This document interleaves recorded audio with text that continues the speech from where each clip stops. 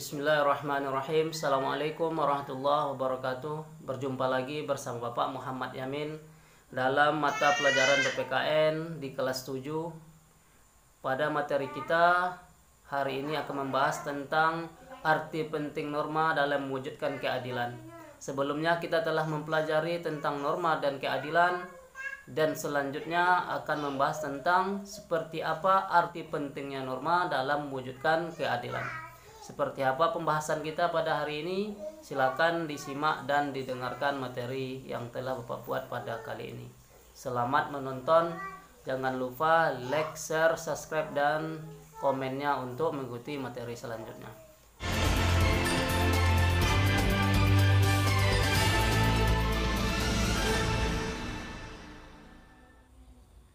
Arti penting norma dalam mewujudkan keadilan. Arti penting norma, aturan dalam masyarakat memiliki arti penting bagi terciptanya ketertiban dan keharmonisan masyarakat. Norma dalam masyarakat terbentuk karena adanya perbedaan individu. Sebagai makhluk individu, manusia punya keinginan yang berbeda-beda, sehingga dibuat peraturan atau norma agar tidak terjadi benturan antara satu dengan yang lainnya.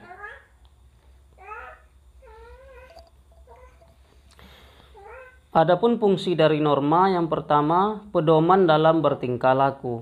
Yang kedua, menjaga kerukunan anggota masyarakat. Yang ketiga, sebagai sistem pengendalian sosial. Keberadaan norma melekat dalam kehidupan masyarakat. Norma diperlukan untuk mewujudkan kehidupan yang harmonis. Tanpa adanya norma, maka tidak akan terjadi keteraturan yang harmonis dalam kehidupan masyarakat. Dalam kehidupan bernegara diatur dengan norma hukum. Masing-masing norma berbeda antara satu dengan yang lainnya. Persamaan dan perbedaan norma. Persamaannya adalah sama-sama mengatur tata tertib dalam kehidupan masyarakat, sedangkan perbedaannya terletak pada sanksi masing-masing norma yang ada.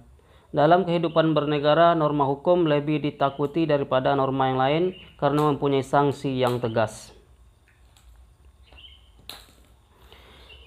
Adapun yang berkenaan dengan hal ini sesuai dengan pasal 1 ayat 3 Undang-Undang Dasar Negara Republik Indonesia tahun 1945 yang berbunyi negara Indonesia adalah negara hukum. Negara hukum mengandung 3 unsur sesuai dengan definisi Afidice. Yang pertama, supremacy of law, yang kedua, equality before of law, dan yang C, human right atau yang ketiga. Pasal 27 ayat 1 juga menjelaskan segala warga negara bersamaan kedudukannya di dalam hukum dan pemerintahan, dan wajib menjunjung hukum dan pemerintahan itu dengan tidak ada kecualinya. Selanjutnya, fungsi dari norma hukum.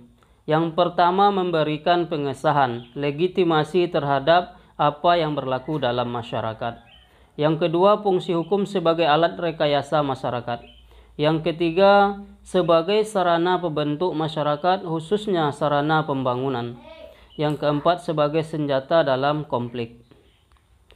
Mewujudkan keadilan merupakan teori tertua dalam hukum, sehingga sering kita dengar ungkapan hendaklah keadilan ditegakkan walaupun langit akan runtuh.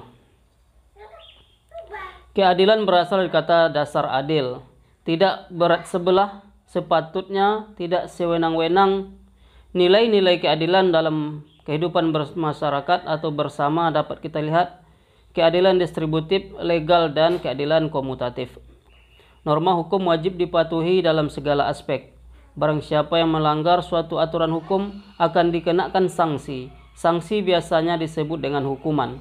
Hukuman dapat dibedakan dari segi berat ringannya, seperti teguran, peringatan, pengurangan hak seperti denda, pembatasan kebebasan, penjara, dan yang lainnya.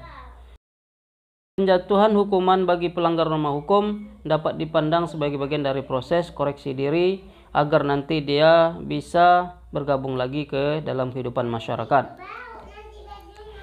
Selanjutnya, dalam hukum pidana, hukuman itu dibagi ke dalam 2 macam, yaitu hukuman pokok dan hukuman tambahan. Hukuman pokok meliputi hukuman mati, hukuman penjara, hukuman kurungan, dan hukuman denda.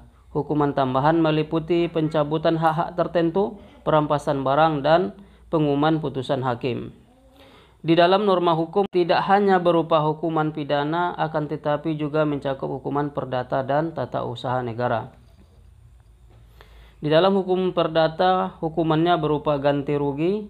Sanksi hukuman bisa berupa pemecatan dari jabatan, pencabutan izin usaha, pencabutan izin mengemudi, dan lain sebagainya.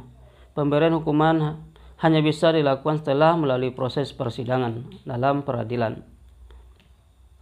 Demikianlah materi kita pada kali ini. Terima kasih sudah menonton.